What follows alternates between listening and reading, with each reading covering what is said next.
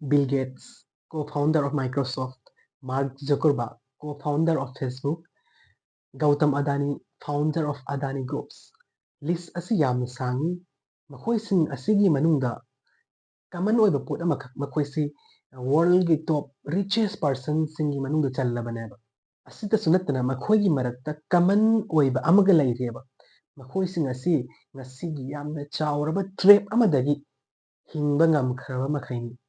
Asigi trap asi aikoi ngasi yamna maruoiba punsida mai pakpa success ki lamphine na aikoi na unareba. Angangsing mama pabaga time spend tawgadaba matamda sana khotnaba ngawgadabagi matamda aikhoina schools ta thajali aduga makhoi angang oibagi nungaiba harauba loina manghanbiaba aduga aikhoina larekse mathang mathang sondhali tenda ayuk nungthil numdang iba paba makhai hotnai amuk 12 ta hotnai asumna tawdana graduation yauna assignments amta thada makhai tawi 90% attendance maintain tawnaba hotnai amuk memorization ngamdaba exam da inabani haina memorization taweba karigino aikhoina asigi singsi hotnariba tawrisi hai matam expectation achauba ama lei aikoi grade aikhoina college loirapa matamda graduation gi certificate ama pairakani degree ama pairakani adugi matungda aikhoina khalleba ko job ama tawrani aduga aikoi mama babagi family gi yum sani car ama laugani adagi punsisi nungairani nupi thirani adugi matungda amuk aikoi angangsingbu school kahalgani school da afaba education tamhangani asi wakhandaneba aikhoina ngasi school tawriba college tawriba graduation tawdana hotnari singsi. But do you know what is the reality is? तैयारी शुरू करी आप कितने साल के थे? Sir उस समय हम 18 साल के थे और अभी हम 30 साल के हो गए। 30 साल। पिछले 12 सालों में आपने अपनी जिंदगी में क्या किया? जिंदगी में सर पढ़ते गया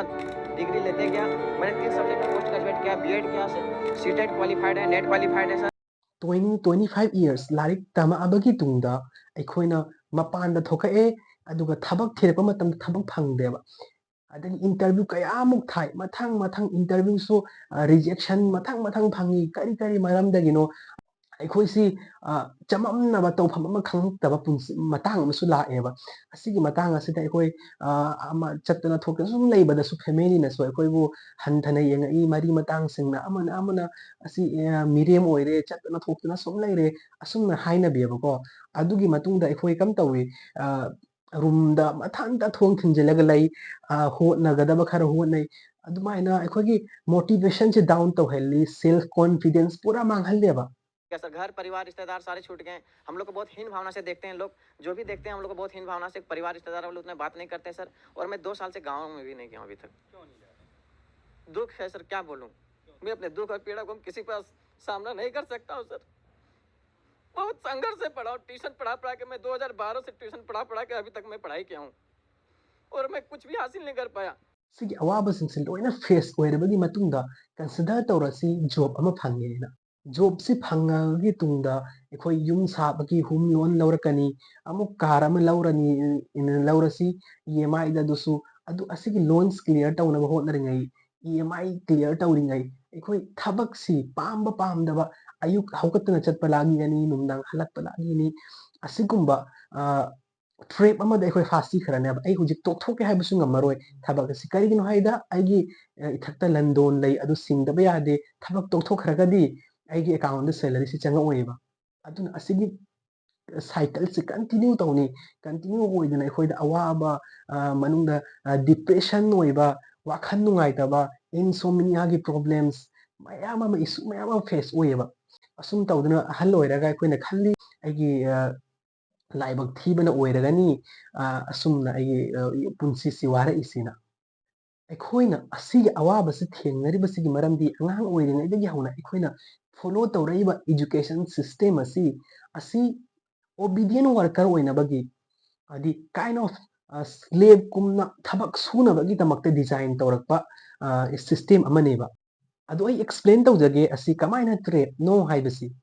ꯉꯁꯤꯒꯤ ꯑꯩꯈꯣꯏꯒꯤ ꯏꯗꯨꯀꯦꯁꯟ ꯁꯤꯁꯇꯦꯝ ꯑꯁꯤ ꯀꯃꯥꯏꯅ ꯍꯧꯔꯛꯈꯤꯒꯦ ꯍꯥꯏꯕ ꯃꯇꯝꯗ ꯆꯍꯤ ꯀꯌꯥ ꯃꯥꯡꯗ ꯔꯁꯤꯌꯥꯟ ꯏꯖꯨꯀꯦꯁꯟ ꯁꯤꯁꯇꯦꯝ ꯂꯥꯛꯑꯦꯕ ꯑꯁꯤꯒꯤꯁꯤ ꯏꯟꯇ꯭ꯔꯣꯗ꯭ꯌꯨꯁ ꯇꯧꯔꯛꯄꯒꯤ ꯃꯔꯝ ꯍꯥꯏꯕꯗꯤ ꯃꯈꯣꯏꯒꯤ ꯃꯐꯝ ꯑꯗꯨꯗ ꯂꯩꯔꯤꯕ ꯑꯩꯈꯣꯏ ꯁꯣꯜꯖꯔꯁ ꯍꯥꯏꯕ ꯇꯥꯔꯦꯀꯣ ꯃꯈꯣꯏꯁꯤ ꯗꯤꯁꯤꯄ꯭ꯂꯤꯟ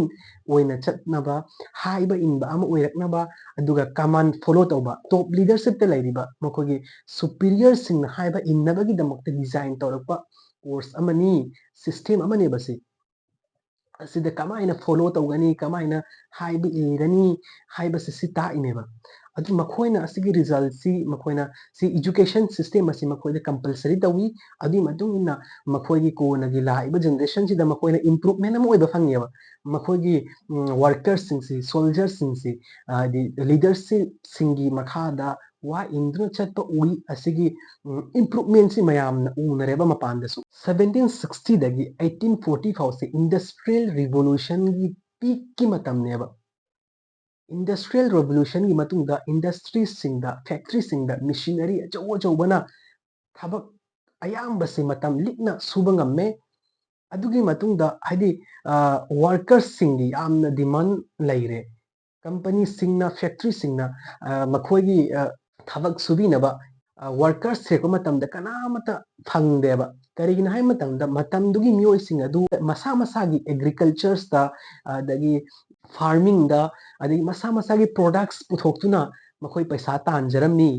ꯑꯗꯨꯅ ꯃꯔꯝ ꯑꯣꯏꯔꯒ ꯀꯟꯇ꯭ꯔꯤꯁꯤꯡꯗ ꯏꯖꯨꯀꯦꯁꯟ ꯁꯤꯁꯇꯦꯝꯁꯤ ꯄꯨꯔꯛꯄ ꯍꯧꯋꯤ ꯁꯤ ꯀꯥꯏꯟ ꯑꯣꯐ ꯔꯁꯤꯌꯥꯟ ꯏꯖꯨꯀꯦꯁꯟ ꯁꯤꯁꯇꯦꯝꯕꯨ ꯀꯣꯄꯤ ꯇꯧꯔꯒ ꯏꯝꯄ꯭ꯂꯤꯃꯦꯟ ꯇꯧꯕ ꯍꯧꯔꯛꯑꯦꯕ ꯀꯔꯤꯒꯤꯅꯣ ꯍꯥꯏꯕ ꯃꯇꯝꯗ ꯔꯁꯤꯌꯥꯟꯒꯤ ꯏꯖꯨꯀꯦꯁꯟ ꯁꯤꯁꯇꯦꯝꯁꯤꯒꯤ ꯃꯈꯣꯏꯗ ꯀꯥꯟꯅꯕꯁꯤ ꯇꯣꯞ ꯂꯤꯗꯔꯁꯤꯞꯇ ꯐꯪꯕ ꯍꯧꯈ꯭ꯔꯦꯕ ꯑꯗꯨ ꯎꯕꯅ ꯑꯇꯣꯞꯄ ꯀꯟꯇ꯭ꯔꯤꯁꯤꯡꯗꯨ ꯀꯣꯄꯤ ꯇꯧꯔꯦ ꯑꯁꯤꯒꯤ ꯏꯖꯨꯀꯦꯁꯟ ꯁꯤꯁꯇꯦꯝ ꯑꯁꯤꯅ ꯑꯩꯈꯣꯏꯒꯤ ꯃꯤꯑꯣꯏꯕꯒꯤ ꯀ꯭ꯔꯤꯌꯦꯇꯤꯕꯤꯇꯤꯁꯤ ꯃꯥꯡꯍꯜꯂꯤ ꯑꯗꯨꯒ ꯃꯁꯥꯒꯤ ꯑꯥꯏꯗꯤꯌꯥꯗ ꯊꯕꯛ ꯁꯨꯅꯕꯒꯤ ꯍꯣꯠꯅꯕꯒꯤ ꯑꯗꯨꯒ ꯃꯁꯥꯅ ꯄ꯭ꯔꯣꯗꯛ ꯑꯃ ꯄꯨꯊꯣꯛꯇꯨꯅ ꯄ꯭ꯔꯣꯗꯛ ꯑꯃ ꯄꯨꯊꯣꯛꯇꯨꯅ ꯄꯩꯁꯥ ꯂꯤꯀꯣꯏ ꯇꯥꯟꯕꯒꯤ ꯑꯥꯏꯗꯤꯌꯥꯁꯤ ꯃꯥꯡꯍꯜꯂꯦꯕ this educational system is designed to kill your creativity and to create an idea of making money by working for governments and industries. ꯑꯁꯤꯒꯤ ꯏꯖꯨꯀꯦꯁꯅꯦꯜ ꯁꯤꯁꯇꯦꯝ ꯑꯁꯤ ꯏꯟꯗꯤꯌꯥꯗ ꯀꯝꯗꯧꯅ ꯂꯥꯛꯏ ꯍꯥꯏꯕ ꯃꯇꯝꯗ ꯕ꯭ꯔꯤꯇꯤꯁꯅ ꯏꯟꯗꯤꯌꯥꯗ ꯔꯨꯜ ꯇꯧꯔꯤꯉꯩ ꯃꯈꯣꯏ ꯄ꯭ꯔꯣꯕ꯭ꯂꯦꯝ ꯃꯌꯥꯝ ꯐꯦꯁ ꯇꯧꯋꯦꯕ ꯃꯈꯣꯏꯒꯤ ꯋꯥꯔꯀꯔꯁꯇ ꯑꯥꯔꯃꯤꯗ ꯃꯈꯣꯏ ꯏꯟꯗꯤꯌꯟ ꯁꯤꯡꯕꯨ ꯌꯨꯁ ꯇꯧꯕ ꯄꯥꯝꯃꯤ ꯑꯗꯨ ꯏꯟꯗꯤꯌꯟꯁꯤꯡꯁꯤꯒꯤ ꯗꯤꯁꯤꯄ꯭ꯂꯤꯟ ꯂꯩꯇꯕ ꯑꯣꯔꯗꯔ ꯏꯟꯗꯕ ꯑꯁꯤꯒꯤ ꯕꯤꯍꯦꯚꯤꯌꯔꯁꯤꯕꯨ ꯃꯈꯣꯏꯅ ꯔꯤꯐꯥꯏꯟ ꯇꯧꯅꯕꯒꯤꯗꯃꯛꯇ ꯏꯖꯨꯀꯦꯁꯅꯦꯜ ꯁꯤꯁꯇꯦꯝ ꯑꯁꯤ ꯏꯟꯇ꯭ꯔꯣꯗ꯭ꯌꯨꯁ ꯇꯧꯋꯤ ꯑꯗꯨꯒ ꯏꯖꯨꯀꯦꯁꯟ ꯇꯝꯍꯜꯂꯒ ꯀ꯭ꯂꯥꯔꯛꯇ ꯑꯣꯐꯤꯁꯇ ꯑꯗꯒꯤ ꯑꯥꯔꯃꯤꯗ ꯖꯣꯕꯁ ꯄꯤꯌꯦꯕ ꯊꯕꯛ ꯄꯤꯌꯦꯕ ꯑꯁꯨꯝ ꯇꯧꯅ ꯏꯟꯗꯤꯌꯥꯗ ꯑꯁꯤꯒꯤ ꯏꯖꯨꯀꯦꯁꯅꯦꯜ ꯁꯤꯁꯇꯦꯝ ꯑꯁꯤ ꯍꯧꯔꯛꯏ ꯑꯗꯨ ꯑꯩꯈꯣꯏ ꯉꯁꯤ ꯈꯪꯅꯤꯡꯕ ꯇꯥꯔꯒꯗꯤ ꯀꯃꯥꯏꯅ ꯑꯁꯤꯒꯤ ꯇ꯭ꯔꯦꯞꯁꯤꯗꯒꯤ ꯍꯤꯡꯒꯅꯤ ꯑꯗꯨꯒ ꯀꯃꯥꯏꯅ ꯑꯩꯈꯣꯏ ꯄꯩꯁꯥ ꯄꯥꯏꯕ ꯍꯥꯏꯕ ꯇꯥꯔꯦꯀꯣ ꯔꯤꯆ ꯃꯦꯟ ꯀꯃꯥꯏꯅ ꯑꯣꯏꯒꯅꯤ ꯅꯠꯇ꯭ꯔꯒ ꯑꯩꯈꯣꯏꯒꯤ ꯁꯥꯏꯀꯣꯂꯣꯖꯤꯀꯦꯜ ꯇ꯭ꯔꯦꯞ ꯑꯃ ꯑꯣꯏꯔꯤꯁꯦ ꯑꯁꯤꯒꯤ ꯇ꯭ꯔꯦꯞ ꯑꯁꯤꯗꯒꯤ ꯀꯃꯥꯏꯅ ꯍꯤꯡꯒꯗꯒꯦ ꯍꯥꯏꯕꯁꯦ ꯑꯦꯛꯁꯄ꯭ꯂꯦꯟ ꯇꯧꯖꯅꯤꯡꯕꯅꯤ ꯑꯗꯨ ꯚꯤꯗꯤꯑꯣ ꯑꯁꯤ ꯌꯥꯝꯅ ꯁꯥꯡꯈ꯭ꯔꯅꯤ ꯑꯗꯨꯅ ꯑꯩ ꯕꯨꯛ ꯑꯃ ꯁꯖꯦꯁ ꯇꯧꯖꯒꯦ ꯔꯣꯕꯥꯔꯠ ꯇꯤ ꯀꯤꯌꯣꯁꯥꯀꯤꯅ ꯏꯕ ꯔꯤꯆ ꯗꯦꯠ ꯄꯨꯔ ꯗꯦꯠ ꯍꯥꯏꯔꯤꯕ ꯕꯨꯛ ꯑꯁꯤ ꯄꯥꯁꯦꯕ ꯑꯁꯤꯗ ꯑꯣꯊꯔꯅ ꯍꯥꯏ The main reason people struggle financially is because they have spent years in school but learn nothing about money. The result is that people learn to work for money but never learn to have money work for them.